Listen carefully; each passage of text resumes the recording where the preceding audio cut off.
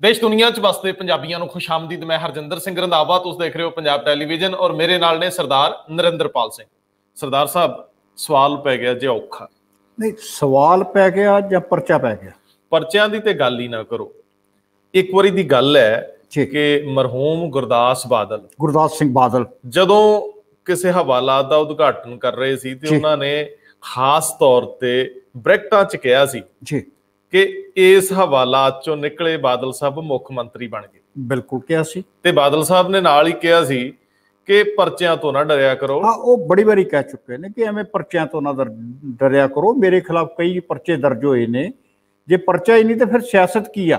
मतलब लीडरशिप का पहला असूल ते पहली पौड़ी कि किसी के खिलाफ राजनीतिक परचा हो जाए ते जे देश का चोण कमिश्नर सख्त हो जाए ते पंजाब वाले चोण कमिश्नर वो डीसीज नूं हदायतां जारी कर देण कि जिहड़े अपराधिक पिछोकड़ वाले उम्मीदवार ने इलैक्शनां लड़दे उन्हां ते रखो नज़र, उन्हां दे कराओ इश्तिहार अखबारां च दिओ, पंजाबी दी अखबार च पंजाब च दिओ कि इहदे उत्ते आ परचे दर्ज जे। ਇਹਦਾ मतलब कि ਇਹ भी एक योग्यता गिनी जाएगी? ना जी ना, कमाल कर दिओ। ਉਹ ਕਹਿੰਦੇ ਕਿ ਕਰੈਕਟਰ ਸਰਟੀਫਿਕੇਟ ਹੋਣਾ ਚਾਹੀਦਾ। ਉਹ ਉੱਪਰ ਵਾਲਾ ਚੋਣ ਕਮਿਸ਼ਨ ਕਹਿੰਦਾ ਕਿ ਹੁਣ ਅਪਰਾਧਿਕ ਪਿਛੋਕੜ ਵਾਲੇ ਲੋਕਾਂ ਬਾਰੇ ਉਹਨਾਂ ਦੀਆਂ ਪਾਰਟੀਆਂ ਦੱਸਣ ਜੇ ਉਹ ਇਲੈਕਸ਼ਨ ਲੜ ਰਹੇ ਆ ਤੇ ਉਹਨਾਂ ਦਾ ਸਾਰਾ ਬਿਊਰਾ ਦੇਣ, ਅਖਬਾਰ 'ਚ ਦੇਣ ਰਾਦਰ। ਮਤਲਬ ਇਹ ਕਿੱਦਾਂ ਹੋ ਸਕਦਾ ਕਿ ਕੋਈ ਸਿਆਸੀ ਪਾਰਟੀ ਆਪਣਾ ਝੱਗਾ ਚੁੱਕੇ ਤੇ ਦੱਸੇ ਕਿ ਸਾਡਾ ਆ ਜਿਹੜਾ ਉਮੀਦਵਾਰ ਆ ਇਹਦੇ ਤੇ ਆ ਪਰਚੇ ਦਰਜ ਨੇ, ਆ ਇਹਦਾ ਵਾਕਈ ਕਿਰਦਾਰ ਹੈ। ਹੁਣ ਮੈਂ ਦੂਜਾ ਸਵਾਲ ਕਰਦਾ, ਤੁਸੀਂ ਮੈਨੂੰ ਇਹ ਸਮਝਾਓ कि जे जिला प्रशासन ने किसी कैंडीडेट वो होवे भी सत्ताधारी धिर दा ते ओदा करैक्टर सर्टिफिकेट जारी करना होवे, मान लो तुसीं SHO तुहानूं लवाया स्थानक MLA ने, बिल्कुल वो तुहाडा माई बाप है ते तुहानूं ओदा ही करैक्टर सर्टिफिकेट देना पै जे। हाँ, तो मैं तो फिर इहो ही दिखांगा ना कि इन्हां दे नाल दा शरीफ शख्स पूरे हिंदुस्तान ते की संसार विच भी नहीं है। ਉਹ ਇੱਕ ਪੁਰਾਣੀ ਕਹਾਵਤ ਸੀ ਨਾ, ਜਤਿੰਦਰ ਪੰਨੂ ਬੜੀ ਵਾਰੀ ਕੋਟ ਕਰਦੇ ਹੁੰਦੇ ਸੀ, ਹੁਣ ਮੈਨੂੰ ਸੱਚ ਨਹੀਂ ਪਤਾ, ਕਿ ਇੱਕ ਵਜ਼ੀਰ ਸੀ, ਉਹ ਕੈਬਨਿਟ ਦੇ ਵਿੱਚ 15-20 ਗਨਮੈਨ ਦੇ ਨਾਲ ਚੱਲਦਾ ਸੀ ਤੇ ਥਾਣੇ ਦੇ ਵਿੱਚ ਕਹਿੰਦੇ ਸੀ ਹਫ਼ਤਾਵਾਰੀ ਹਾਜ਼ਰੀ ਵੀ ਉਹਦੀ ਲੱਗਦੀ ਹੁੰਦੀ ਸੀ, ਭਾਵੇਂ ਕਿਤੇ ਲਾਉਣ ਗਏ ਹੋਣ ਨਾ ਗਏ ਹੋਣ। ਹੁਣ ਇੱਕ ਹੋਰ ਸਵਾਲ ਹੈ ਕਿ ਸਰਦਾਰ ਸਾਹਿਬ, ਜੇ ਚੋਣ ਕਮਿਸ਼ਨ ਇਹ ਸੋਚ ਕੇ ਚੱਲਦਾ ਹੈ ਕਿ ਇਵੇਂ ਉਹ ਰਾਜਨੀਤੀ ਕਰਨ ਤੇ ਅਪਰਾਧੀ ਕਰਨ, ਇਹਨਾਂ ਦੋਨਾਂ ਦਾ ਨਖੇੜ ਕਰ ਦੂ ਤੇ ਫਿਰ ਤੇ ਸੁਣੋ, ਫਿਰ ਤਾਂ ਮਝੈਲਾਂ ਵਾਲੀ ਬੋਲੀ 'ਚ ਕਹਿੰਦੇ ਸੀ ਇਹ ਧਾਕੜ MLA ਆ। ਹੈ ਇਹ MLA ਦੇ ਪੱਲੇ ਕੱਖ ਨਹੀਂ, ਜਿਹੜਾ ਮੋਟੀ ਗਾਲ ਕੱਢਦਾ ਉਹਨੂੰ ਕਹਿੰਦੇ ਧਾਕੜ। ਤੇ ਫਿਰ ਜੇ ਧਾਕੜ MLA ਆ ਤੇ ਉਹਦੇ ਸਾਹਮਣੇ ਅਫਸਰਾਂ ਦੀ ਕੀ ਚੱਲੂ? ਬਿਲਕੁਲ। ਤੇ ਜਦੋਂ ਤੁਹਾਡੇ ਸਾਹਮਣੇ ਆ ਕਿ ਕੋਈ ਵੱਡਾ ਅਪਰਾਧੀ ਫੜਿਆ ਜਾਵੇ, ਚਾਹੇ ਸਮਗਲਰ ਫੜਿਆ ਜਾਵੇ, ਚਾਹੇ ਕੋਈ ਨਸ਼ੇ ਦਾ ਵਪਾਰੀ ਫੜਿਆ ਜਾਏ, ਤੇ ਉਹ ਬੰਦਾ ਬਾਅਦ 'ਚ ਫੜਿਆ ਜਾਂਦਾ, ਪਹਿਲਾਂ ਆਵਾਜ਼ ਆਉਂਦੀ ਹੈ ਫਲਾਣੇ ਬੰਦੇ ਦਾ ਜਿਹੇ ਜੀ, ਤੇ ਲੋਕ ਜਿਹੜਾ ਦੋਸ਼ ਦਿੰਦੀਆਂ ਸਿਆਸੀ ਪਾਰਟੀਆਂ ਸ਼ਰਮ ਕਹਿੰਦੀਆਂ ਇਹ ਫਲਾਨਾ ਮੰਤਰੀ ਆ ਕੰਮ ਕਰਦਾ ਪਿਆ ਜੇ। ਦੋਸਤੋ, ਇਹ ਬਹੁਤ ਚੰਗੀ ਰਵਾਇਤ ਹੋਊਗੀ ਜੇਕਰ ਚੋਣ ਕਮਿਸ਼ਨ ਜਿਹੜੇ ਲੋਕ ਅਪਰਾਧਿਕ ਪਿਛੋਕੜ ਵਾਲੇ ਆ ਉਹਨਾਂ ਨੂੰ ਚੋਣ ਲੜਨ ਤੋਂ ਰੋਕੇ। ਪਰ ਹੁਣ ਸਵਾਲ ਇਹ ਆ ਕਿ ਜਿਹੜੇ ਸਿਆਸਤਦਾਨ ਸੱਤਾ 'ਚ ਹੁੰਦੇ ਆ ਉਹਨਾਂ ਦੇ ਵਿਹਾਰ ਕਿਹੋ ਜਿਹੇ ਨੇ। ਸਿਆਸਤਦਾਨ ਔਰ ਆਮ ਲੋਕਾਂ ਦਾ ਭਾਵੇਂ ਵੋਟਾਂ ਦੇ ਨਜ਼ਰੀਓਂ ਕਿਹੋ ਜਿਹੇ ਵੀ ਅੱਛੇ ਰਿਲੇਸ਼ਨ ਹੋਣ, ਪਰ ਜਿਹੜੀ ਸੱਤਾਧਾਰੀ ਧਿਰ ਦੇ ਸੱਤਾਵਾਨ ਹੁੰਦੇ ਆ ਉਹਨਾਂ ਦਾ ਰੋਬ, ਜਿੰਨੀ ਸਰਕਾਰੀ ਮਸ਼ੀਨਰੀ, ਜਿੰਨਾ ਸਰਕਾਰੀ ਤੰਤਰ, ਕਾਰੋਬਾਰ, ਸਾਰੇ ਉੱਤੇ ਕਿਹੋ ਜਿਹਾ ਸਾਰੇ ਜਾਣ। ਸਿੱਧੀ ਗੱਲ ਕਹੋ ਕਿ ਕੱਲਾ ਸਿਆਸਤ ਜਿਹੜੀ ਆ ਉਹ ਸਿਆਸੀਆਂ ਪਾਰਟੀਆਂ ਕੋਲ ਨਹੀਂ ਆ, ਥੱਲੇ ਦਾ ਜਿਹੜਾ ਤੰਤਰ ਆ, ਜਿਹੜਾ ਪ੍ਰਸ਼ਾਸਨਿਕ ਤੰਤਰ ਆ, ਉਹਦਾ ਵੀ ਸਿਆਸੀਕਰਨ ਹੋ ਚੁੱਕਾ। ਨਹੀਂ ਸਰ, ਤੁਸੀਂ ਮੈਨੂੰ ਦੱਸੋ। ਨਹੀਂ, ਉਦਾਹਰਨ ਸਿਰਫ ਬੜੀ ਸਾਫ਼ ਹੈ। ਤੁਸੀਂ ਸ਼ਰੇਆਮ ਦੇਖੋ ਕਿ ਜਦੋਂ ਕੋਈ ਨਵੀਂ ਸਰਕਾਰ ਬਣਦੀ, ਕਿਸੇ ਪਾਰਟੀ ਦੀ ਬਣੇ ਜੀ, ਉੱਪਰ ਤੋਂ ਲੈ ਕੇ ਥੱਲੇ ਤੱਕ ਅਫਸਰਸ਼ਾਹੀ ਦੇ ਤਬਾਦਲੇ ਹੋ ਜਾਂਦੇ ਨੇ। ਮੈਂ ਉਹੀ ਤੇ ਪੁੱਛਦਾ, ਲੋਕਾਂ ਦੀ ਨਿਗਾਹ ਵਿੱਚ ਬਹੁਤ ਚੰਗਾ ਇਮਾਨਦਾਰ ਅਫਸਰ ਹੁੰਦਾ, ਸ਼ਰਾਫਤ ਲਈ ਮੰਨਿਆ ਜਾਂਦਾ, ਇਨਸਾਫ ਦੇਣ ਲਈ ਮੰਨਿਆ ਜਾਂਦਾ। ਪਤਾ ਉਦੋਂ ਲੱਗਦਾ ਜਦੋਂ 5 ਸਾਲਾਂ 'ਚ ਉਹਦੀ 20 ਵਾਰੀ ਬਦਲੀ ਹੁੰਦੀ ਹੈ। ਪਰ ਮੈਨੂੰ ਸਰ ਤੁਸੀਂ ਇਹ ਦੱਸੋ ਕਿ ਜਦੋਂ ਤੁਸੀਂ ਜਿਹੜੀ ਮਸ਼ੀਨਰੀ ਨੇ ਇਲੈਕਸ਼ਨਸ ਕਰਾਉਣੀਆਂ ਨੇ ਜੀ, ਅੱਜ ਇੱਕ ਹੋਰ ਵੀ ਖਬਰ ਸੀਗੀ ਬਿਲਕੁਲ ਕਿ ਭਾਰਤ ਦਾ ਚੋਣ ਕਮਿਸ਼ਨਰ ਕਹਿੰਦਾ ਕਿ ਮੁੱਖ ਚੋਣ ਕਮਿਸ਼ਨਰ ਜਿਹੜੇ ਸੂਬਿਆਂ ਦੇ ਨੇ ਜਾਂ ਕਮਿਸ਼ਨਰ ਨੇ ਸੂਬਿਆਂ ਦੇ ਚੋਣ ਕਮਿਸ਼ਨਰ, ਉਹ ਕਿਸੇ ਸਿਆਸੀ ਪਾਰਟੀ ਨਾਲ ਐਸੋਸੀਏਟਡ ਨਹੀਂ ਹੋਣਾ ਚਾਹੀਦਾ। ਨਹੀਂ, ਉਹਨਾਂ ਨੇ ਕਿਹਾ ਕਿ ਘੱਟੋ ਘੱਟ ਉਸ ਸਰਕਾਰ ਦੇ ਵਿੱਚ ਨਾ ਰਹੇ ਹੋਣ। ਹੁਣ ਦੇਖੋ, ਇਹ ਵੀ ਇੱਕ ਨਵਾਂ ਹੀ ਕਲਾਸ ਆ ਗਈ ਕਿ ਅਗਰ ਤੁਸੀਂ ਇਸੇ ਸਰਕਾਰ ਦੇ ਵਿੱਚ ਅਧਿਕਾਰੀ ਰਹੇ ਹੋ ਤੇ ਫਿਰ ਤੁਸੀਂ ਜਾਂ ਹੈਗੇ ਹੋ ਇਸ ਵੇਲੇ, ਤੁਹਾਨੂੰ ਇਹ ਇਲੈਕਸ਼ਨ ਕਮਿਸ਼ਨ ਦਾ ਰੁਤਬਾ ਨਹੀਂ ਮਿਲਣਾ। ਇਹ ਨਹੀਂ ਹੈ ਕਿ ਤੁਸੀਂ ਸੈਕਟਰੀ ਹੋ ਕਿਸੇ ਮਹਿਕਮੇ ਦੇ ਤੇ ਤੁਹਾਨੂੰ ਨਾਲ ਹੀ ਕਹਤਾ ਜਾਏ ਵਾਧੂ ਚਾਰਜ ਆ ਜੀ ਇਲੈਕਸ਼ਨ ਕਮਿਸ਼ਨ ਦਾ ਲੈ ਲਓ। ਮੈਨੂੰ ਤੁਸੀਂ ਸਮਝਾਓ ਕਿ ਟ੍ਰੈਂਡ ਕੀ ਰਹੇ ਨੇ? ਇਹੀ ਤੇ ਰਹੇ ਆ ਕਿ ਹਰ ਮੁੱਖ ਮੰਤਰੀ ਆਪਣੀ ਮਰਜ਼ੀ ਦਾ ਤੇ ਆਪਣਾ ਸਭ ਤੋਂ ਲਾਇਲ ਮੁੱਖ ਚੋਣ ਕਮਿਸ਼ਨਰ ਲਾਉਂਦਾ ਰਿਹਾ। ਮੈਂ ਅੱਜ ਵਾਲੇ ਨੂੰ ਜੇ ਨਜ਼ਰਅੰਦਾਜ਼ ਕਰਦੇ ਆ, ਜਿਹੜੇ ਅੱਜ ਦੇ ਮੁੱਖ ਚੋਣ ਕਮਿਸ਼ਨਰ ਆ, ਕਿਉਂਕਿ ਮੈਨੂੰ ਉਹਨਾਂ ਬਾਰੇ ਜਾਣਕਾਰੀ ਜ਼ਿਆਦਾ ਨਹੀਂ, ਜੇ ਅਸੀਂ ਉਹਨਾਂ ਨੂੰ ਅੱਖੋਂ ਉੱਲੇ ਕਰ ਵੀ ਦਈਏ ਤੇ ਜਿਹੜੀ ਪੁਰਾਣੀ ਰਵਾਇਤ ਸੀ ਉਹ ਇਹੀ ਸੀ ਕਿ ਜਿਹੜੇ ਸਭ ਤੋਂ ਬਿਹਤਰ ਰਿਸ਼ਤੇ 'ਚ ਨੇ ਉਹਨਾਂ ਨੂੰ ਵੱਡੀ ਪੋਸਟ ਦਿਓ। ਸਹੀ ਗੱਲ ਆ, ਉਹੀ ਚੀਫ ਸੈਕਟਰੀ ਲਾਓ, ਉਹੀ ਵੱਡੇ ਅਹੁਦਿਆਂ ਤੇ ਲਾਓ। ਹੁਣ ਮੈਂ ਅਗਲਾ ਸਵਾਲ ਤੁਹਾਨੂੰ ਪੁੱਛਦਾ ਹਾਂ ਕਿ ਮੰਨ ਲਓ ਜ਼ਿੰਮੇਵਾਰੀ ਆ ਚੋਣ ਕਮਿਸ਼ਨ ਕੋਲ ਕਿ ਉਹ ਆਪਣੇ ਰਿਟਰਨਿੰਗ ਅਫਸਰ ਜਾਂ ਜ਼ਿਲ੍ਹਾ ਅਧਿਕਾਰੀ, ਜਿਨ੍ਹਾਂ ਨੂੰ ਆਪਾਂ ਡਿਪਟੀ ਕਮਿਸ਼ਨਰ ਕਹਿੰਦੇ ਆ, ਉਹਨਾਂ ਤੋਂ ਨਿਰਪੱਖ ਤਹਿਸੀਲਦਾਰ ਜਿਹੜੇ ਹੁੰਦੇ ਨੇ, ਜਿਹੜੇ ਮੁੱਖ ਤਾਂ ਡੀਸੀ ਹੁੰਦੇ, ਬਿਲਕੁਲ ਡਿਪਟੀ ਕਮਿਸ਼ਨਰ, ਵੀ ਉਹਨਾਂ ਨੂੰ ਪਹਿਲੇ ਆਧਾਰ ਤੇ ਉਹਨਾਂ ਨੂੰ ਚਿੱਠੀ ਜਾਓ, ਨੋਟੀਫਿਕੇਸ਼ਨ ਜਾਓ, ਸਰਕੂਲਰ ਜਾਓ। ਹੁਣ ਜਿਸ ਡਿਪਟੀ ਕਮਿਸ਼ਨਰ ਨੂੰ ਸੰਬੰਧਿਤ ਹਲਕੇ ਦੇ ਵਜ਼ੀਰਾਂ ਜਾਂ ਐਮਐਲਏਜ਼ ਨੇ ਇਕੱਠੇ ਹੋ ਕੇ ਮੁੱਖ ਮੰਤਰੀ ਨੂੰ ਬੇਨਤੀ ਕਰਕੇ ਲਵਾਇਆ ਹੋਵੇ, ਮੈਨੂੰ ਦੱਸੋ ਉਹ ਸੱਤਾਧਾਰੀ ਧਿਰ ਦੇ ਨਾਲ ਕੋਈ ਸੰਬੰਧਿਤ ਫੈਸਲਾ ਕਿਵੇਂ ਨਿਰਪੱਖ ਲੈ ਜੂ? ਦੇਖੋ, ਕਾਰਨ ਹੈ ਕਿ ਅਗਰ ਹੁਣ ਸਵਾਲ ਫਿਰ ਉੱਥੇ ਆ ਗਿਆ ਕਿ ਸਿਆਸੀ ਪਾਰਟੀ ਕਹੇਗੀ ਕਿ ਸਾਡਾ ਉਮੀਦਵਾਰ ਦੁੱਧ ਧੋਤਾ ਹੈ, ਉਹਦਾ ਅਪਰਾਧਿਕ ਰਿਕਾਰਡ ਜਿਹੜਾ ਜਾਂ ਤੇ ਜ਼ਿਲ੍ਹੇ ਦੇ ਜਿਹੜੇ ਪੁਲਿਸ ਅਫੀਸਰ ਨੇ, ਪੁਲਿਸ ਮਹਿਕਮਾ ਉਹਦੇ ਕੋਲ ਹੋਏਗਾ ਜਾਂ ਸੀਆਈਡੀ ਮਹਿਕਮੇ ਕੋਲ ਹੋਏਗਾ, ਖੁਫੀਆ ਵਿਭਾਗ ਕੋਲ, ਤੇ ਆਖਰ ਇਹਨਾਂ ਦੀਆਂ ਰਿਪੋਰਟਾਂ ਜਿਹੜੀਆਂ ਨੇ ਇਹ ਥੱਲੇ ਡੀਸੀ ਨੂੰ ਜੇ ਨਹੀਂ ਵੀ ਜਾਂਦੀਆਂ ਸਿੱਧੀਆਂ ਚਲੇ ਜਾਣੀਆਂ ਨੇ ਵੀ ਹੈ ਜਾਂ ਨਹੀਂ ਹੈ। ਜਿਹੜੇ ਕੇਸ ਚੱਲਦੇ ਨੇ ਕਿਸੇ ਦੇ ਖਿਲਾਫ FIR ਆ, ਕੋਈ ਅਦਾਲਤੀ ਕੇਸ ਚੱਲਦਾ, ਉਹਦੀ ਜਾਣਕਾਰੀ ਜਿਹੜੇ ਹੁਣ ਜਾਣਕਾਰੀ ਤੇ ਆ ਗਈ, ਲੇਕਿਨ ਇਹ ਤੇ ਅਧਿਕਾਰ ਡਿਪਟੀ ਕਮਿਸ਼ਨਰ ਕੋਲ ਰਹਿ ਜਾਂਦਾ ਨਾ ਕਿ ਹੁਣ ਉਹ ਕਿੰਨੀ ਕੁ ਜਾਣਕਾਰੀ ਗਾਂ ਜਾਣੀ ਚਾਹੁੰਦੇ ਆ। ਸਰਦਾਰ ਸਾਹਿਬ, ਸੋਸ਼ਲ ਮੀਡੀਆ ਦਾ ਜ਼ਮਾਨਾ ਹੈ, ਮੈਨੂੰ ਅੱਜ ਵੀ ਇਹ ਤਕਲੀਫ ਹੈ। ਅਸੀਂ ਕਹਿੰਦੇ ਆ ਕਿ ਸਭ ਟਰਾਂਸਪੇਰੈਂਟ ਹੋਈ ਜਾਂਦਾ ਜੀ, ਕੋਈ ਗੱਲ ਛੁਪੀ ਨਹੀਂ ਰਹਿੰਦੀ, ਹਰ ਚੀਜ਼ ਪਬਲਿਕ ਡੋਮੇਨ 'ਚ ਹੈ, ਝੱਟ ਲੋਕ ਵੀਡੀਓ ਬਣਾ ਕੇ ਪਾ ਦਿੰਦੇ। ਮੈਂ ਤੁਹਾਨੂੰ ਸਵਾਲ ਪੁੱਛਦਾ, ਮੈਨੂੰ ਇਹ ਦੱਸੋ ਕਿ ਮੰਨ ਲਓ ਜੇ ਸਮੁੱਚੇ ਕਾਰੋਬਾਰ ਤੇ ਨਜ਼ਰ ਮਾਰੀ ਜਾਵੇ, ਟਰਾਂਸਪੋਰਟ ਤੋਂ ਲੈ ਕੇ, ਕੇਬਲ ਤੋਂ ਲੈ ਕੇ, ਮਾਈਨਿੰਗ ਤੋਂ ਲੈ ਕੇ, ਲਿਕਵਰ ਤੋਂ ਲੈ ਕੇ, ਤੁਸੀਂ ਜਿਹੜੀ ਸ਼ਰਾਬ ਦੀ ਜੰਨੀ ਵੀ ਸਾਰੀ, ਹਰ ਕਾਰੋਬਾਰ ਦੇ ਵਿੱਚ ਕੌਣ ਲੋਕ ਨੇ? ਸਿਆਸੀ ਨਾ ਵੀ ਕੋ ਰਸੂਖਵਾਨ ਗੱਲ ਤਾਂ ਫਿਰ ਉੱਥੇ ਆ ਗਈ। ਮੈਂ ਇਹ ਫਿਰ ਪੁੱਛਦਾ ਕਿ ਮੰਨ ਲਓ ਮੁੱਖ ਮੰਤਰੀ, ਡਿਪਟੀ ਮੁੱਖ ਮੰਤਰੀ, ਮਿਨਿਸਟਰ ਜਾਂ ਕੋਈ ਹੋਰ ਜਿਹੜੇ ਕਾਰੋਬਾਰ ਨੂੰ ਚਲਾ ਰਹੇ ਹੋਣਗੇ, ਉਸ ਸਰਕਾਰ ਦੇ ਵਿੱਚ ਉਹਨਾਂ ਨੂੰ ਕੋਈ ਅਧਿਕਾਰੀ ਪੁੱਛ ਸਕੂਗਾ? ਤੁਸੀਂ ਮੈਨੂੰ ਦੱਸੋ। ਗੱਲ ਤੇ ਅਜੇ ਤੱਕ ਤੇ ਕਿਸੇ ਦੀ ਜ਼ਰੂਰਤ ਹੈ? ਮੈਂ ਕਿਹਾ ਜੀ, ਅਜੇ ਤੱਕ ਤੁਸੀਂ ਸਾਡੇ ਪੰਜਾਬ ਦਾ ਰਿਕਾਰਡ ਹੀ ਕਢਾ ਲਓ। ਅਜੇ ਤੱਕ ਤੇ ਜਦੋਂ ਵੀ ਕੋਈ ਘਟਨਾ ਵਾਪਰਦੀ ਆ, ਰੱਸਾ ਜਿਹੜਾ ਆ ਉਸ ਸ਼ਖਸ ਦੇ ਗਲ ਪੈਂਦਾ ਜਿਹਦੇ ਮੇਚ ਆ ਜਾਂਦਾ। ਕਦੀ ਕਿਸੇ ਉੱਪਰਲੇ ਦੇ ਗਲ 'ਚ ਰੱਸਾ ਪੈਂਦਾ ਦੇਖਿਆ ਤੁਸੀਂ? ਮੈਂ ਫਿਰ ਪੁੱਛਦਾ ਕਿ ਅਪਰਾਧੀਕਰਨ ਦਾ ਮਤਲਬ ਸਿਰਫ ਇਹ ਨਹੀਂ ਕਿ ਕਿਸੇ ਤੇ 307 ਦਾ ਜਾਂ 326 ਦਾ ਪਰਚਾ ਹੈ। ਅਪਰਾਧੀਕਰਨ ਇਹ ਨਹੀਂ ਕਿ ਉਹਨੇ ਚੋਰੀ ਕਰ ਲਈ ਤੇ ਉਹ ਰੰਗੇ ਹੱਥੀ ਫੜਿਆ ਗਿਆ। ਅਪਰਾਧੀਕਰਨ ਇਹ ਵੀ ਤੇ ਆ ਕਿ ਕਿੰਨੇ ਅਹੁਦੇ ਦੀ ਦੁਰਵਰਤੋਂ ਕਰ ਲਈ, ਕਿਸ ਨੇ ਇਸ ਸਿਸਟਮ ਨੂੰ ਭ੍ਰਿਸ਼ਟ ਕਰ ਦਿੱਤਾ। ਮੈਂ ਉਹੀ ਕਿਹਾ ਕਿ ਤੁਸੀਂ ਹੋ ਮਿਨਿਸਟਰ, ਤੁਹਾਡੇ ਮਹਿਕਮੇ ਦੇ ਨਾਲ ਸੰਬੰਧਿਤ ਜੇਕਰ ਤੁਹਾਡਾ ਕੋਈ ਕਾਰੋਬਾਰ ਹੈ, ਉਸ ਕਾਰੋਬਾਰ ਨੂੰ ਤੁਸੀਂ ਟਰਾਂਸਪੇਰੈਂਸੀ ਨਾਲ ਸੋਚ ਸਕਦੇ ਹੋ? ਕੋਈ ਕਿਹੜਾ ਬੰਦਾ ਹੈ ਜਿਹੜਾ ਕਿਸੇ ਵਜ਼ੀਰ ਜਾਂ MLA ਨਾਲ ਸੰਬੰਧਿਤ ਕਿਸੇ ਕਾਰੋਬਾਰ ਤੇ ਚੈੱਕ ਰੱਖ ਲਓ, ਨਜ਼ਰ ਰੱਖ ਲਓ? ਮੈਨੂੰ ਇਹ ਸਮਝਾਓ ਕਿ ਜਿਨ੍ਹਾਂ ਘਰਾਂ ਦੇ ਵਿੱਚ ਸਵੇਰੇ ਲਾਈਨ ਲਾ ਕੇ ਲੋਕ ਹਾਜ਼ਰੀ ਭਰਨ ਜਾਂਦੇ, ਸਲੂਟ ਕਰਨ ਜਾਂਦੇ ਆ, ਉਹਨਾਂ ਦੇ ਕਿਸੇ ਕਾਰੋਬਾਰ ਦੇ ਉੱਤੇ ਨਜ਼ਰ ਰੱਖ ਕੇ ਵਿਖਾਓ। ਮੈਨੂੰ ਦੱਸੋ ਅਪਰਾਧੀਕਰਨ ਹੈ ਕੀ? ਮੈਂ ਤਾਂ ਮੁੱਖ ਚੋਣ ਕਮਿਸ਼ਨਰ ਸਾਹਿਬ ਔਰ ਜਿਹੜੇ ਪੰਜਾਬ ਦੇ ਨੇ ਜਾਂ ਜਿਹੜੇ ਦੇਸ਼ ਦੇ ਨੇ, ਉਹਨਾਂ ਨੂੰ ਇਹ ਵੀ ਆਖਰਕਾਰ ਕੋਈ ਸਾਡਾ ਵਿਜੀਲੈਂਸ ਕਮਿਸ਼ਨ, ਸਾਡੀਆਂ ਕੋਈ ਇਸ ਤਰ੍ਹਾਂ ਦੀਆਂ ਟਰਾਂਸਪੇਰੈਂਟ ਜਿਹੜੀਆਂ ਏਜੰਸੀਆਂ ਨੇ ਕਿ ਯਾਰੋ ਸਹੁੰ ਚੁੱਕਦੇ ਆ ਅਸੀਂ ਅਹੁਦੇ ਦੇ ਭੇਦ ਗੁਪਤ ਰੱਖਣ ਦੀ, ਲੇਕਿਨ ਮੈਨੂੰ ਇਹ ਸਮਝਾਓ ਕਿ ਅਹੁਦੇ ਦੀ ਦੁਰਵਰਤੋਂ ਕਿਹਨੂੰ ਕਹਿੰਦੇ ਆ? ਜੇਕਰ ਤੁਸੀਂ ਸੰਬੰਧਿਤ ਕਾਰੋਬਾਰ ਜਿਹੜੇ ਸਭ ਤੋਂ ਸਟੇਟ ਲਈ ਬਿਹਤਰ ਨੇ, ਸਟੇਟ ਦੇ ਰੈਵਨਿਊ 'ਚ ਵਾਧਾ ਕਰਦੇ ਆ, ਜਦੋਂ ਤੁਸੀਂ ਉਹ ਆਪਣੇ ਹੱਥ 'ਚ ਲੈਂਦੇ ਹੋ, ਫਿਰ ਤੁਸੀਂ ਉਹਨਾਂ ਦੇ ਵਿੱਚ ਜਾਇਜ਼ ਨਾਜਾਇਜ਼ ਕਰਨ ਦੇ ਸਮਰੱਥ ਹੁੰਦੇ ਹੋ। ਅਧਿਕਾਰੀਆਂ ਤੇ ਪ੍ਰੈਸ਼ਰ ਆਟੋਮੈਟਿਕਲੀ ਰਹਿੰਦਾ, ਤੁਸੀਂ ਪਾਓ ਨਾ ਪਾਓ ਕਿ ਸਾਡੇ ਸਾਹਿਬ ਦੀ ਆਹ ਕਾਰੋਬਾਰ ਹੈ, ਉਹਦੇ 'ਚ ਘਾਟਾ ਨਹੀਂ ਪੈਣਾ ਚਾਹੀਦਾ, ਸਰਕਾਰ ਵਾਲੇ ਪਾਸੇ ਭਾਵੇਂ ਪੈ ਜੇ।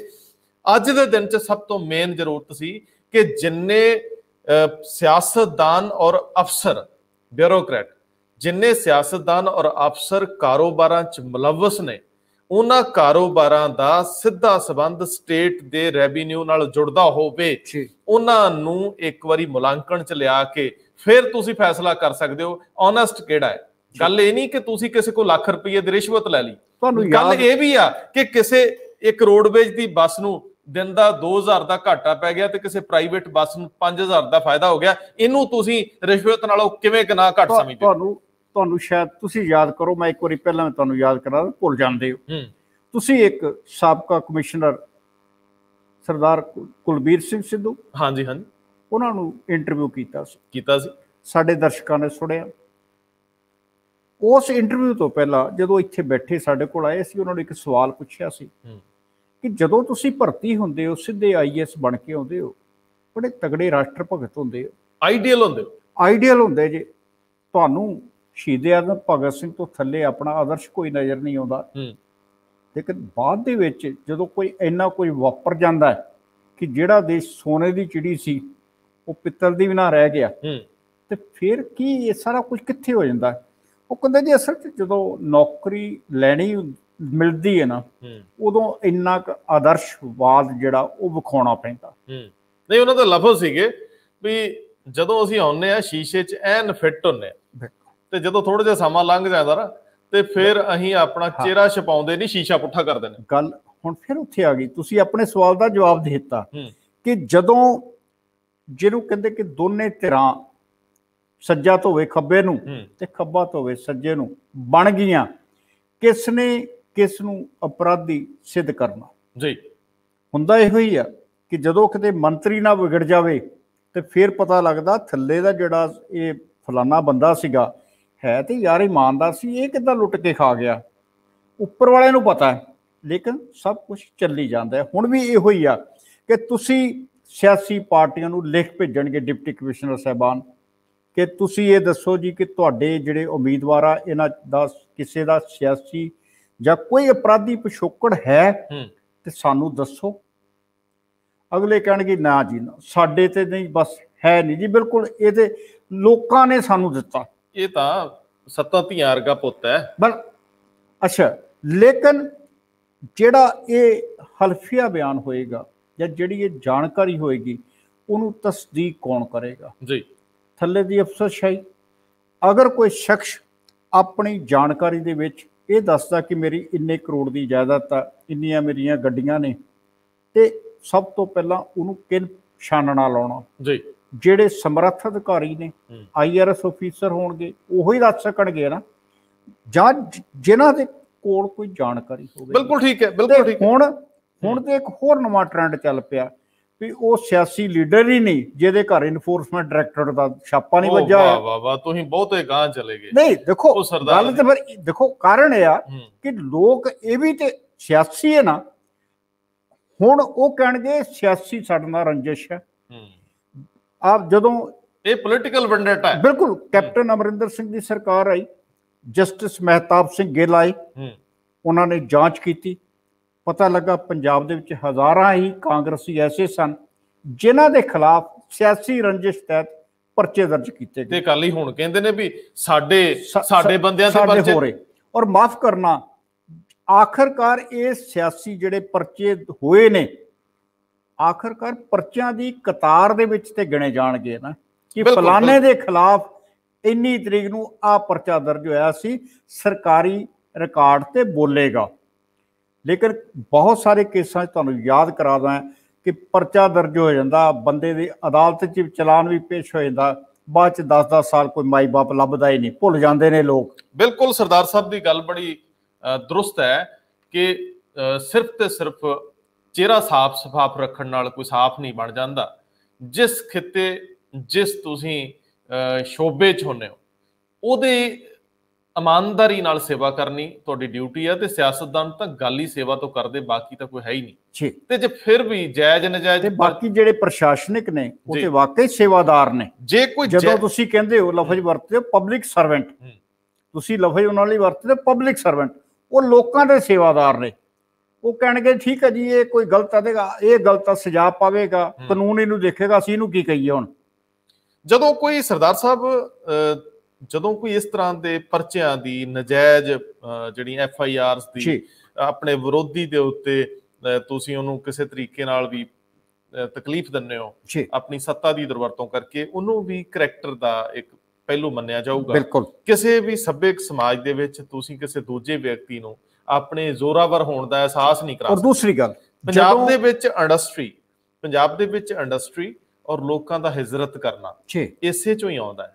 ਪੰਜਾਬ ਦੇ ਵਿੱਚ ਮੈਨੂੰ ਯਾਦ ਹੈ ਕਿ ਮੈਂ ਸੰਤ ਸਿੰਘ ਛਤਵਾਲ ਜਿਹੜੇ ਕਿ ਹੋਟਲੀਅਰ ਨੇ ਬਹੁਤ ਤਗੜੇ, ਮੈਂ ਉਹਨਾਂ ਨੂੰ ਜਦੋਂ ਸਵਾਲ ਕੀਤਾ ਵੀ ਤੁਸੀਂ ਦੇਖੋ ਸੂਬੇ ਦੇ ਬਾਕੀ ਸਟੇਟਾਂ ਦੇ ਵਿੱਚ ਤਾਂ ਹੋਟਲ ਖੋਲ ਲਏ, ਤੇ ਤੁਸੀਂ ਆਪਣੇ ਹੋਮ ਸਟੇਟ ਦੇ ਵਿੱਚ ਕਿਉਂ ਨਹੀਂ ਖੋਲੇ? ਜਿਹੜਾ ਜੱਦੀ ਤੁਹਾਡਾ ਆਪਣਾ ਹੈ ਸੂਬਾ, ਉਹ ਟਾਲ ਮਟੋਲ ਜਿਹਾ ਕਰ ਗਏ। ਫਿਰ ਕਹਿੰਦੇ ਜੀ ਕੋਈ ਸਿਆਸੀ ਮਜਬੂਰੀਆਂ ਜੀ, ਕੋਈ ਪਰਸਨਲ ਹੁੰਦੇ ਆ। ਹੁਣ ਦੇਖੋ ਤੁਹਾਡੇ ਆਪਣੇ ਲੋਕ ਤੁਹਾਡੇ ਇੱਥੇ ਸਰਮਾਇਆ ਲਾਉਣ ਤੋਂ ਆਕੀ ਨੇ, ਤੁਹਾਡੇ NRI ਜਿੰਨੇ ਵੀ ਬਾਹਰ ਵਸ ਗਏ, ਉੱਥੇ ਸਿਟੀਜ਼ਨਸ਼ਿਪ ਲੈ ਗਏ, ਉਹ ਇੱਥੇ ਦੀਆਂ ਜ਼ਮੀਨਾਂ ਹੁਣ ਵੇਚਣਾ ਚਾਹੁੰਦੇ, ਉਹਨਾਂ ਨੂੰ ਆਪਣੀਆਂ ਜ਼ਮੀਨਾਂ ਸੁਰੱਖਿਅਤ ਨਹੀਂ ਲੱਗਦੀਆਂ।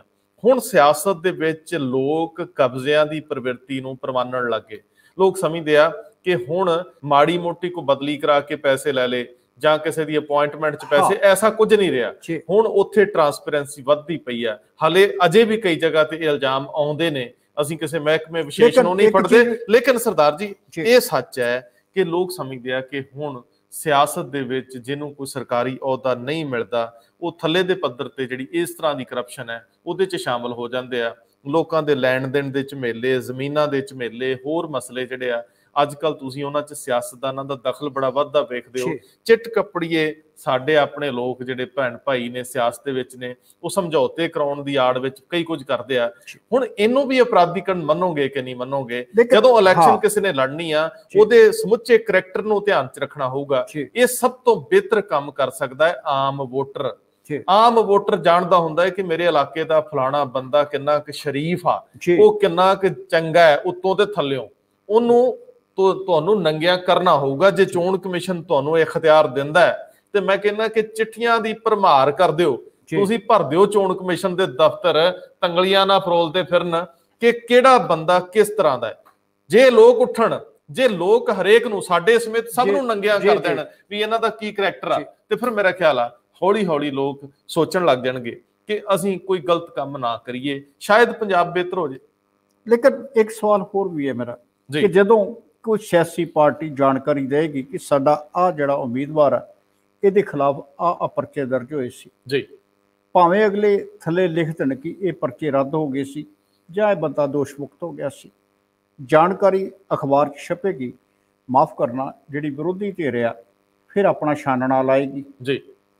ਹੋ ਸਕਦਾ ਉਹ ਸ਼ਖਸ ਜਿਹੜਾ ਸਿਆਸੀ ਲੀਡਰ ਆ ਵਾਕਿਆ ਹੀ ਸਹੀ ਭਾਸ਼ਾ ਦੇ ਵਿੱਚ ਇਮਾਨਦਾਰੀ ਹੋਵੇ, ਉਹਦੀ ਕੋਈ ਐਸੀ ਪ੍ਰਵਿਰਤੀ ਨਾ ਹੋਵੇ, ਉਸ 'ਤੇ ਕਿਸੇ ਨੇ ਗਲਤ ਦੂਸ਼ਣ ਲਾਇਆ ਹੋਵੇ, ਲੇਕਿਨ ਇੱਕ ਵਾਰੀ ਉਹਦਾ ਜਿਹੜਾ ਡੰਡੋਰੀ ਉਹ ਪੂਰੀ ਤਰ੍ਹਾਂ ਪਿੱਟੀ ਜਾਊ। ਲੇਕਿਨ ਸਰਦਾਰ ਜੀ ਫਿਰ ਵੀ ਕੁੱਲ ਮਿਲਾ ਕੇ ਇਹ ਗੱਲ ਦੇਖਣੀ ਹੋਊਗੀ ਕਿ ਕਿਸੇ ਸਮਾਜ ਨੂੰ ਮੁੱਢੋਂ ਸੁੱਢੋਂ ਸੁਧਾਰਿਆ ਨਹੀਂ ਜਾ ਸਕਦਾ।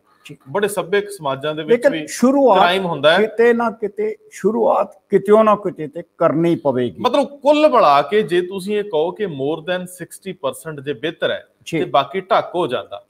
ਤੇ ਸਾਡੇ ਤਾਂ ਇੱਥੇ ਕਹਿੰਦੇ ਆ ਵੀ ਕੰਮ ਦੀ ਤਸੱਲੀ ਉਹਨਾਂ ਚਿਰ ਨਹੀਂ ਹੁੰਦੀ ਜਿੰਨਾ ਚਿਰ ਅਸੀਂ ਕਹਿੰਦੇ ਯਾਰ ਫਲਾਣੇ ਨਾਲ ਜੁਗਾੜ ਹੋ ਗਿਆ ਕਿ ਨਹੀਂ, ਉਹ ਮੰਨ ਗਿਆ ਕਿ ਨਹੀਂ। ਅਗਲਾ ਇਮਾਨਦਾਰ ਹੋਊਗਾ, ਅਗਲਾ ਇਮਾਨਦਾਰ ਹੁੰਦਾ। ਅਸੀਂ ਕਹਿੰਦੇ ਯਾਰ ਇਹਨੇ ਸਾਡਾ ਕੰਮ ਨਹੀਂ ਉਹ ਕਰਨਾ ਕਿਉਂਕਿ ਇਹਨੇ ਸਾਡਾ ਹੱਥ ਨਹੀਂ ਚੰਗੀ ਤਰ੍ਹਾਂ ਮਿਲਾਇਆ। ਔਰ ਇਹੋ ਹੀ ਗੱਲ ਹੈ ਕਿ ਹੁਣ ਚੋਣ ਕਮਿਸ਼ਨ ਨੇ ਜਦੋਂ ਇੰਨੇ ਉਪਰਾਲੇ ਕੀਤੇ ਆ, ਤੇ ਚੋਣ ਕਮਿਸ਼ਨ ਇਹ ਵੀ ਥੋੜਾ ਜਿਹਾ ਸਪਸ਼ਟ ਕਰਦੇ ਕਿ ਇਹ ਜਿਹੜਾ ਜੁਗਾੜ ਹੈ ਕਿ ਇਹ ਅਪਰਾਧ ਹੈ ਜਾਂ ਨਹੀਂ ਹੈ। ਸਰਦਾਰ ਜੀ ਚੋਣ ਕਮਿਸ਼ਨ ਤੇ ਇੰਨਾ ਕੀ ਕਰਦੇ ਕਿ ਯਾਰ ਉਹਨਾਂ ਦਿਨਾਂ ਦੇ ਵਿੱਚ ਆਂਦੇ ਜਦੋਂ MLA ਦੀ ਇਲੈਕਸ਼ਨ ਹੁੰਦੀ, ਚਲੋ MP ਛੱਡ ਦੋ, ਕੌਂਸਲਾਂ ਛੱਡ ਦੋ, ਪੰਚਾਇਤਾਂ ਛੱਡ ਦੋ, ਹੈ ਨਾ, ਜਦੋਂ ਕੋਈ ਇਲੈਕਸ਼ਨ ਕਿਸੇ ਵਿਧਾਨ ਸਭਾ ਦੀ ਹੁੰਦੀ ਆ ਉਦੋਂ ਚੋਣ ਕਮਿਸ਼ਨ ਬਹੁਤ ਪਾਵਰਫੁਲ ਹੋ ਜਾਂਦੇ ਆ। क्योंकि उदों सरकार चलेगी हुंदी, एक तरह नाल सरकार जिहड़ी आ वो काम चलाऊ हुंदी जी। जिहड़ी शराब नंगे धड़ विकदी, लोग धड़ा धड़ शराब पिंडां च जां शहरां च कस्बियां च, तुहाडे मतलब घट्टो घੱਟ एक जिहड़ी बुराई आ ਉਹਦੇ ਤੇ ਮੁਕੰਮਲ ਰੋਕ ਲੱਗ ਜਾਵੇ। ਮਾਲਵੇ ਦੇ ਵਿੱਚ ਪੈਸੇ ਨਾਲ ਖਰੀਦੀ ਜਾਣ ਵਾਲੀ ਵੋਟ ਦਾ ਬੋਲਬਾਲਾ ਹੋਣ ਲੱਗ ਗਿਆ। ਅਕਸਰ ਕਿਹਾ ਜਾਂਦਾ ਹੈ, ਨਹੀਂ ਮਾਲਵਾ ਬਦਨਾਮ ਨਾ ਕਰੋ, ਸਾਡੇ ਮਾਝੇ ਵਾਲੇ ਵੀ ਪੈਸੇ ਲੈਣ ਤੋਂ ਘੱਟ ਨਹੀਂ ਜੇ ਕਰਦੇ। ਨਹੀਂ, ਮੈਂ ਖਾਸ ਤੌਰ ਤੇ ਇੱਕ ਜਗ੍ਹਾ ਨੂੰ ਤਾਂ ਕੀਤਾ ਜਿੱਥੇ ਕਹਿੰਦੇ ਬਹੁਤ ਹੀ ਪਾਵਰਫੁਲ ਲੋਕ ਲੜਦੇ ਆ। ਤੁਹਾਡੇ ਕਈ ਜਗ੍ਹਾ ਤੇ ਤੁਹਾਡੀ ਸਮਰੱਥਾ ਆ, ਇਹ ਤੁਹਾਡਾ ਜਿਹੜੀ ਇਹ ਤੁਹਾਡਾ ਆਪਣਾ ਵੱਡਾਪਣ ਆ, ਵੱਡਪਣ ਆ ਕਿ ਤੁਹਾਨੂੰ ਲੱਗਦਾ ਕਿ ਅਸੀਂ ਜਿੱਤ ਕੇ ਤੇ ਵੱਡੇ ਅਹੁਦੇ ਤੇ ਜਾਣਾ, ਇਸ ਕਰਕੇ ਅਸੀਂ ਜ਼ਿਆਦਾ ਪੈਸੇ ਖਰਚਣੇ ਆ। ਕਈ ਵਾਰੀ ਵੱਡੇ ਕਾਰੋਬਾਰੀ ਵੀ ਆ ਜਾਂਦੇ ਆ, ਸਭ ਕੁਝ। ਕਈ ਵਾਰੀ ਤੁਹਾਨੂੰ ਫੰਡਿੰਗ ਕਰਨ ਵਾਲੇ ਤਗੜੇ ਹੋ ਜਾਂਦੇ। ਅਸੀਂ ਕਿਸੇ ਵਿਅਕਤੀ ਵਿਸ਼ੇਸ਼ ਨੂੰ ਟਾਰਗੇਟ ਨਹੀਂ ਕਰਦੇ, ਨਾ ਅਸੀਂ ਕਿਸੇ ਤੇ ਇਲਜ਼ਾਮ ਲਾਉਂਦੇ ਆ, ਲੇਕਿਨ ਜਦੋਂ ਕੋਈ ਇਲੈਕਸ਼ਨ ਹੁੰਦੀ ਹੈ ਤੁਸੀਂ ਆਲੇ ਦੁਆਲੇ 'ਚ ਝਾਤੀ ਮਾਰਦੇ ਹੋਵੋਗੇ, ਜਿਸ ਤਰ੍ਹਾਂ ਦਾ ਬੋਲਬਾਲਾ ਹੁੰਦਾ, ਖੁਦਾ ਨਾ ਖਾਸਤਾ ਕਹਿੰਦੇ ਕਈ ਵਾਰੀ ਜੇ ਕਿਧਰੇ ਕੋਈ ਫੌਤ ਹੋ ਜੇ ਜਾਂ ਕੋਈ MLA MP ਬਣ ਜੇ ਜਾਂ MP ਜਿਹੜਾ MLA ਬਣ ਜੇ, ਜਿਹੜੀ ਮੁੜ ਕੇ ਜ਼ਿਮਨੀ ਚੋਣ ਹੁੰਦੀ ਹੈ ਉਸ ਤਾਂ ਇਲਾਕੇ ਦੇ ਭਾਗ ਖੁੱਲ ਜਾਂਦੇ। ਉੱਥੇ ਤਾਂ ਫਿਰ ਹੜ ਵਗਦਾ ਹੈ, ਉੱਥੇ ਕਹਿੰਦੇ ਵੀ ਬਦਲੀਆਂ ਵੀ ਹੋ ਜਾਂਦੀਆਂ। ਇਹ ਵੀ ਵੇਖਣਾ ਬਣਦਾ, ਇਹੋ ਜਿਹੀਆਂ ਜਿਹੜੀਆਂ ਨਾਜ਼ੁਕ ਜਿਹੜੇ ਹਾਲਾਤ ਬਣਦੇ ਨੇ, ਖਾਸ ਕਰਕੇ ਚੋਣ ਕਮਿਸ਼ਨਰ ਨੂੰ ਇਸ ਜਗ੍ਹਾ ਦੇ ਉੱਤੇ ਕੇਂਦਰਿਤ ਧਿਆਨ ਕਰਨਾ ਚਾਹੀਦਾ ਕਿ ਵਾਕਈ ਇਹ ਜਿਹੜੀ ਜ਼ਿਮਨੀ ਚੋਣਾਂ ਨੇ ਇਹ ਵੀ ਕਿਸੇ ਵੱਖਰੇ ਅਪਰਾਧ ਵਾਲੇ ਪਾਸੇ ਨਹੀਂ ਜਾ ਰਹੀਆਂ। ਇਹ ਤੇ ਬੜਾ ਸੌਖਾ ਜਿਹਾ ਹੀ ਮਸਲਾ ਹੈ ਕਿ ਇਹ ਕਿਹੜੀ ਗਿਣਤੀ 'ਚ ਰੱਖੋਗੇ ਕਿ ਤੁਸੀਂ ਪਰਚੇ ਕਰ ਲੈਨੇ ਹੋ ਜਿੱਥੇ ਫੜੇ ਜਾਂਦਾ ਕੰਮ। ਹੁਣ ਸਵਾਲ ਤਾਂ ਸਰਦਾਰ ਜੀ ਇਹ ਹੈ ਕਿ ਤੁਸੀਂ ਜਦੋਂ ਇੱਕ ਸਰਕਾਰ ਚੁਣਨੀ, ਉਹਦੇ ਵਿੱਚ ਜੇ ਕਰਪਸ਼ਨ ਨਾਲ ਸਰਕਾਰ ਚੁਣੀ ਜਾਂਦੀ, ਭਾਵੇਂ ਸ਼ਰਾਬ ਦੀ ਬੋਤਲ ਹੀ ਹੋਵੇ, ਉਹਨੂੰ ਕਿਹੜੇ ਇਹਦੇ ਉੱਤੇ ਤੁਹਾਨੂੰ ਲਾ ਨਹੀਂ ਸਰਦਾਰ ਜੀ, ਤੁਹਾਨੂੰ ਕਾਨੂੰਨ ਸੋਧਣੇ ਪੈਣਗੇ, ਤੁਹਾਨੂੰ ਕਾਨੂੰਨ ਸੋਧਣੇ ਪੈਣਗੇ, ਤੁਹਾਨੂੰ ਕਾਨੂੰਨ ਸਖਤ ਕਰਨੇ ਪੈਣਗੇ। ਚੋਰ ਮੋਰੀਆਂ ਕਿਉਂ ਰੱਖੋ? ਜੇ ਹੁਣ ਮੰਨ ਲਓ ਕਿ ਪਾਰਲੀਮੈਂਟ ਔਰ ਵਿਧਾਨ ਸਭਾਵਾਂ 'ਚ ਹੱਕ ਸਿਰਫ ਇਹਨਾਂ ਲੋਕਾਂ ਨੂੰ ਜਿਹੜੇ ਚੁਣ ਕੇ ਜਾਂਦੇ ਕਾਨੂੰਨ ਬਣਾਉਣ ਦਾ, ਉਹ ਆਪਣੇ ਖਿਲਾਫ ਕਿਉਂ ਬਣਾਉਣ? ਬਿਲਕੁਲ। ਲੇਕਿਨ ਜੇਕਰ ਇਹ ਇੱਕ ਵਾਰੀ ਕੌੜਾ ਘੁੱਟ ਭਰ ਲੈਣ ਕਿ ਇਹ ਜਿਹੜੇ ਟ੍ਰੈਂਡ ਮਾੜੇ ਪੈ ਗਏ, ਹੁਣ ਮੰਨ ਲਓ ਸਰਦਾਰ ਜੀ ਕਿ ਆ ਵਿਆਹ ਸ਼ਾਦੀਆਂ ਮਹਿੰਗੇ ਹੋਣ ਲੱਗ ਗਏ, ਜਿਹੜੇ ਮਡਿਓਕਰ ਨੇ, ਮੱਧ ਵਰਗੀ ਲੋਕ ਨੇ ਜਾਂ ਗਰੀਬ ਨੇ, ਵੇਖੋ ਵੇਖੀ ਉਹਨਾਂ ਦਾ ਵੀ ਘਰ ਜਿਹੜਾ ਵਾ ਉਹ ਤੁਸੀਂ ਦੇਖਿਆ ਹੀ ਹੈ, ਮੂੰਹ ਬੂਹੇ ਦੂਜੇ ਬੰਨੇ ਲੱਗ ਗਿਆ। ਹੁਣ ਜਿਹੜਾ ਤਾਂ ਸਹਿੰਦਾ ਉਹ ਤੇ ਕਰ ਰਿਹਾ, ਜਿਹੜਾ ਨਹੀਂ ਵੀ ਸਹਿੰਦਾ, ਜਿਹੜਾ ਨਹੀਂ ਅਫੋਰਡ ਕਰਦਾ, ਉਹਨੂੰ ਵੀ ਕਰਨਾ ਪੈ ਰਿਹਾ। ਮੈਂ ਇਹ ਸਮਝਦਾ ਕਿ ਅਮੀਰ ਲੋਕਾਂ ਨੂੰ ਜਿਹੜੇ ਸਿਆਸਤ ਵਿੱਚ, ਉਹਨਾਂ ਨੂੰ ਵੀ ਸੋਚਣਾ ਚਾਹੀਦਾ ਕਿ ਇਲੈਕਸ਼ਨ ਜਿੰਨੀ ਮਹਿੰਗੀ ਹੁੰਦੀ ਜਾਂਦੀ ਆ, ਇਸ ਮਹਿੰਗੀ ਇਲੈਕਸ਼ਨ ਦੇ ਵਿੱਚ ਆਮ ਬੰਦੇ ਦੀ ਐਂਟਰੀ ਬੈਨ ਹੋਈ ਜਾਂਦੀ ਆ। ਉਹ ਬੈਨ ਜਿਹੜਾ ਕਿਸੇ ਨੇ ਨਹੀਂ ਲਾਇਆ, ਉਹ ਲੋਕ ਸ਼ਾਮਲ ਹੋ ਹੀ ਨਹੀਂ ਸਕਦੇ ਜਿਹੜੇ ਕਾਬਲ ਨੇ। ਸੋ ਇੱਕ ਵਾਰੀ ਤੁਹਾਨੂੰ ਇਹਦੇ ਤੇ ਸਖਤ ਕਾਨੂੰਨ ਬਣਾਉਣੇ ਪੈਣਗੇ, ਇਸ ਨੂੰ ਅਪਰਾਧ ਦੀ ਸਿਖਰਲੀ ਸ਼੍ਰੇਣੀ 'ਚ ਰੱਖੋ। ਵੈਸੇ ਇੱਕ ਕੰਮ ਜੇ ਚੋਣ ਕਮਿਸ਼ਨਰ ਨੂੰ ਕਿਤੇ ਸੁਣਦੇ ਹੋਣ ਤੇ ਕਰ ਲੈਣਾ ਚਾਹੀਦਾ, ਉਹ ਕੀ ਕਿ ਜਿੰਨਾ ਵੀ ਤੁਹਾਡਾ ਨਿਜ਼ਾਮ ਹੈ, ਚਾਹੇ ਵਿਧਾਨ ਸਭਾ ਨੇ, ਚਾਹੇ ਪਾਰਲੀਮੈਂਟ ਹੈ, ਚਾਹੇ ਰਾਜ ਸਭਾ, ਉਹਨਾਂ ਦੇ ਵਿੱਚ ਬਿਊਰੋਕ੍ਰੇਸੀ ਨਾਲ ਜੁੜੇ ਬਹੁਤ ਸਾਰੇ ਲੋਕ ਬੈਠੇ ਨੇ ਜੀ, ਕਿਤੇ ਉਹਨਾਂ ਦੀ ਵੀ ਰਾਏ ਲੈ ਲੈਣ ਇੱਕ ਵਾਰੀ ਕਿ ਭਾਈ ਅਪਰਾਧ ਦੀ ਪਰਿਭਾਸ਼ਾ ਕਿੱਥੋਂ ਸ਼ੁਰੂ ਕਰਦੇ ਹੋ। ਇੱਕ ਸੀਨੀਅਰ ਅਫਸਰ ਕਿਸੇ ਮਹਿਫਲ ਦਾ ਸ਼ਿੰਗਾਰ ਸੀਗੇ ਜੀ, ਤੇ ਆਫ ਦਾ ਰਿਕਾਰਡ ਕਹਿੰਦੇ ਜੀ ਫੋਨ ਫਾਨ ਆਪਣੇ ਜ਼ਰਾ ਬੰਦ ਕਰ ਲਓ ਜੀ, ਤੇ ਕੋਈ ਫालतू ਰਿਕਾਰਡ ਨਾ ਕਰ ਲਿਓ। ਫਿਰ ਉਹ ਕਿਸੇ ਕਹਾਣੀਆਂ ਜਦੋਂ ਸਿਆਸਤਦਾਨਾਂ ਦੀਆਂ ਸੁਣਾਉਂਦੇ ਨੇ, ਅਕਸਰ ਇਹ ਰੂਟੀਨ ਦਾ ਕੰਮ ਹੈ ਕਿ ਜਦੋਂ ਉਹ ਦੱਸਦੇ ਨੇ ਵੀ ਉਹ ਕਿਹੋ ਜਿਹੇ ਹਾਲਾਤਾਂ 'ਚ ਕੰਮ ਕਰਦੇ ਆ, ਜਿਹੜੀ ਸਿਆਸਤਦਾਨਾਂ ਦੇ ਆਪਣੇ ਕਿਰਦਾਰਾਂ ਦੀਆਂ, ਉਹਨਾਂ ਦੀ ਘੱਟ ਜਾਣਕਾਰੀ ਦੀਆਂ ਗੱਲਾਂ, ਜਾਂ ਉਹ ਜਿਸ ਤਰ੍ਹਾਂ ਦੀਆਂ ਸਿਫਾਰਿਸ਼ਾਂ ਕਰਦੇ ਆ, ਸਰਦਾਰ ਸਾਹਿਬ ਜਿਹੜੀ ਅਫਸਰਸ਼ਾਹੀ ਉਹ ਵੀ ਕਿਤੇ ਕਿਤੇ ਮੈਂ ਦੇਖਦਾ ਕਿ ਬੜੀ ਆਵਾਜ਼ਾਰ ਹੈ, ਲੇਕਿਨ ਆਵਾਜ਼ਾਰ ਤੇ ਹੈ, ਲੇਕਿਨ ਉਹ ਸ਼ਾਮਲ ਹੁੰਦੇ ਆ ਤੇ ਸਿਆਸਤਦਾਨ ਕਰਪਟ। ਬਿਲਕੁਲ ਬਿਲਕੁਲ, ਕਿਉਂਕਿ ਇਹ ਅਗਰ ਸਿਆਸਤ ਦੇ ਵਿੱਚ, ਸੱਤਾ ਦੇ ਵਿੱਚ ਅਪਰਾਧ ਨੂੰ, ਜੁਰਮ ਨੂੰ ਰੋਕਣਾ ਹੈ ਤੇ ਇਹ ਜਿਹਨੂੰ ਕਹੋਗੇ ਕਿ ਤਾੜੀ ਦੋਨੇ ਹੱਥੀਂ ਵੱਜੇਗੀ ਜੀ, ਦੋਨਾਂ ਨੂੰ ਸਿਰਦ ਹੋਣਾ ਪਏਗਾ, ਸਿਆਸੀ ਪਾਰਟੀਆਂ ਨੂੰ ਵੀ ਤੇ ਘੱਟੋ ਘੱਟ ਜਿਹੜੀ ਅਫਸਰਸ਼ਾਹੀ ਵੀ ਹੈ। ਬਿਲਕੁਲ ਠੀਕ ਹੈ। ਜਿਹੜੀ ਅਫਸਰਸ਼ਾਹੀ 5 ਸਾਲ 10 ਸਾਲ ਕਿਸੇ ਇੱਕ ਸਿਆਸੀ ਪਾਰਟੀ ਦੀ ਗੁਲਾਮੀ ਕਰਨ ਲਈ ਮਜਬੂਰ ਕਰ ਦਿੱਤੀ ਜਾਂਦੀ ਹੈ ਜੀ, ਉਹਦੇ ਵੀ ਜਾਗਣ ਦੀ ਲੋੜ ਹੈ। ਮੇਰੇ ਨਾਲ ਅਕਸਰ ਗੱਲਬਾਤ ਦੇ ਵਿੱਚ ਸ਼ਾਮਲ ਰਹਿੰਦੇ ਆ ਸਰਦਾਰ ਮਨੋਹਰ ਸਿੰਘ ਗਿੱਲ, ਡਾਕਟਰ ਮਨੋਹਰ ਸਿੰਘ ਗਿੱਲ ਜੀ, ਤੇ ਉਹ ਬੜੇ ਕਾਬਲ ਪ੍ਰਸ਼ਾਸਨਿਕ ਅਧਿਕਾਰੀ ਵਜੋਂ ਚੋਣ ਕਮਿਸ਼ਨਰ ਵੀ ਰਹੇ, ਔਰ ਉਹ ਕਈ ਵਾਰੀ ਬੜੀਆਂ ਦਿਲਚਸਪ ਕਹਾਣੀਆਂ ਸੁਣਾਉਂਦੇ ਹੁੰਦੇ ਤੇ ਮੈਂ ਉਹਨਾਂ ਦਾ ਧੰਨਵਾਦ ਕਰਦਾ ਇਸ ਮੰਚ ਤੋਂ ਕਿ ਮੇਰੀ ਜਾਣਕਾਰੀ ਔਰ ਮੈਨੂੰ ਲਫ਼ਜ਼ਾਂ ਦੇ ਨਜ਼ਰੀਏ ਜਾਂ ਕਈ ਜਗ੍ਹਾ ਤੇ ਉਹਨਾਂ ਨੇ ਮੈਨੂੰ ਬਹੁਤ ਕੁਝ ਸਿਖਾਇਆ। ਤੇ ਜਿਹੜੀਆਂ ਅੰਦਰ ਵਾਪਰਦੀਆਂ ਘਟਨਾਵਾਂ ਨੇ, ਪੋਲੀਟੀਸ਼ੀਅਨਸ ਦੇ ਜਿਹੜੇ ਸੁਭਾਅ ਦੀਆਂ ਗੱਲਾਂ ਨੇ, ਉਹ ਜਦੋਂ ਪਤਾ ਲੱਗਦੀਆਂ ਨੇ, ਇਹਨਾਂ ਅਹੁਦਿਆਂ ਤੇ ਕੰਮ ਕਰਨਾ ਔਖਾ ਵੀ ਬੜਾ ਹੁੰਦਾ। ਜਿੱਥੇ ਤੁਹਾਨੂੰ ਸੰਵਿਧਾਨਕ ਤੌਰ ਤੇ ਵੀ ਠੀਕ ਰਹਿਣਾ, ਤੁਹਾਡੇ ਉੱਤੇ ਦੂਜਿਆਂ ਨਾਲ ਰਿਸ਼ਤਿਆਂ ਦੇ ਦੋਸ਼ ਵੀ ਲੱਗਦੇ ਆ ਕਿਉਂਕਿ ਤੁਸੀਂ ਸਮਾਜਿਕ ਪ੍ਰਾਣੀ ਹੋ। ਲੇਕਿਨ ਕੁੱਲ ਮਿਲਾ ਕੇ ਸਰਦਾਰ ਸਾਹਿਬ ਅਸੀਂ ਹੌਲੀ ਹੌਲੀ ਸਰਕਦੇ ਵਿਕਾਸ ਤਾਂ ਕਰਦੇ ਆਏ, ਪਰ ਨਾਲ ਦੀ ਨਾਲ ਅਸੀਂ ਬਹੁਤ ਸਾਰੇ ਭੈੜਾਂ ਦਾ ਸ਼ਿਕਾਰ ਵੀ ਹੋ ਗਏ। ਸਾਡੀਆਂ ਚੋਣ ਪ੍ਰਣਾਲੀਆਂ ਤੋਂ ਲੈ ਕੇ ਪ੍ਰਸ਼ਾਸਨਿਕ ਪ੍ਰਬੰਧਾਂ ਤੋਂ ਲੈ ਕੇ ਸਿਆਸੀ ਜਿਹੜੇ ਵਿਵਸਥਾਵਾਂ ਨੇ ਉਹਦੇ ਵਿੱਚ ਦਿਨੋਂ ਦਿਨ ਭੈੜ ਵੜਦੇ ਗਏ, ਕਮੀਆਂ ਆਉਂਦੀਆਂ ਗਈਆਂ ਤੇ ਐਂਡ ਆਫ ਦਾ ਡੇ ਭਰੋਸੇਯੋਗਤਾ ਗਵਾਚਦੀ ਗਈ। ਹੁਣ ਕੋਈ ਤਾਂ ਦੇਖੋ ATM ਮਸ਼ੀਨਾਂ ਤੇ ਉਂਗਲਾਂ ਚੱਕੀ ਜਾਂਦਾ, ਕੋਈ ਜਿਹੜਾ ਵਾ ਉਹ ਸਿਆਸਤਦਾਨਾਂ ਦੀ ਜਿਹੜੇ ਸੱਤਾ ਚ ਹੁੰਦੇ ਉਹਨਾਂ ਤੇ ਚੱਕੀ ਜਾਂਦਾ ਵੀ ਇਹ ਤਾਂ ਇਲੈਕਸ਼ਨ ਲੁੱਟ ਕੇ ਲੈ ਗਏ। ਕ੍ਰੈਡੀਬਿਲਟੀ ਨਾਂ ਦੀ ਚੀਜ਼, ਕੋਈ ਦੂਜੇ ਤੇ ਵਿਸ਼ਵਾਸ ਕਰਨ ਨੂੰ ਤਿਆਰ ਹੀ ਨਹੀਂ ਤੇ ਖਾਸ ਤੌਰ ਤੇ ਸਿਆਸੀ ਧਿਰਾਂ ਇੱਕ ਦੂਜੇ ਤੇ ਭੋਰਾ ਯਕੀਨ ਨਹੀਂ ਕਰਦੀਆਂ। ਸੋ ਇਹ ਜਿਹੜੇ ਸਵਾਲ ਨੇ ਇਹ ਇੱਕ ਬਿਹਤਰ ਵਿਸ਼ਵਾਸ ਨਾਲ ਅੱਗੇ ਵੱਧ ਸਕਦੇ ਆ। ਬਿਹਤਰ ਪ੍ਰਬੰਧ ਦੇ ਵਿੱਚ ਤੁਹਾਨੂੰ ਲੋਕਾਂ ਦਾ ਵਿਸ਼ਵਾਸ ਬਣਾਉਣਾ ਪਊਗਾ। ਸੋ ਖੈਰ ਚੋਣ ਕਮਿਸ਼ਨਰ ਇਸ ਗੱਲ ਲਈ ਵਧਾਈ ਦੇ ਪਾਤਰ ਆ ਕਿ ਚਲੋ ਫਾਈਲਾਂ ਦਾ ਢਿੱਡ ਭਰਿਆ ਗਿਆ, ਚਿੱਠੀ ਪੱਤਰ ਤੁਰ ਪਿਆ ਕਿ ਕੋਈ ਅਪਰਾਧਕ ਪਿਛੋਕੜ ਵਾਲਾ ਇਲੈਕਸ਼ਨ ਲੜ ਨਾ ਸਕੇ, ਇਸ਼ਤਿਹਾਰ ਲਾ ਦੇਾਂਗੇ ਜੇ ਜਾਂ ਲਾਤੇ ਜਾਣਗੇ, ਸਿਆਸੀ ਪਾਰਟੀਆਂ ਨੂੰ ਫਿਕਰ ਪਾਤੇ ਜਾਣਗੇ। ਪਰ ਅਖੀਰ ਦੇ ਵਿੱਚ ਦੇਖਣਾ ਇਹ ਹੋਊਗਾ ਕਿ ਅਸੀਂ ਕਿਹੋ ਜਿਹੇ ਸਰਕਾਰਾਂ ਤੇ ਕਿਹੋ ਜਿਹੇ ਸਿਆਸਤਦਾਨ ਚੁਣਦੇ ਆ। ਵੋਟਰ ਕੋਲ ਬਹੁਤ ਕੁਝ ਹੁੰਦਾ ਹੈ, ਅਸੀਂ ਸੁੱਤੇ ਰਹਿ ਜਾਂਦੇ ਆ, ਬਾਕੀ ਸਭ ਜਾਗਦੇ ਰਹਿੰਦੇ ਆ। ਬਹੁਤ ਮਿਹਰਬਾਨੀ, ਬਹੁਤ ਧੰਨਵਾਦ।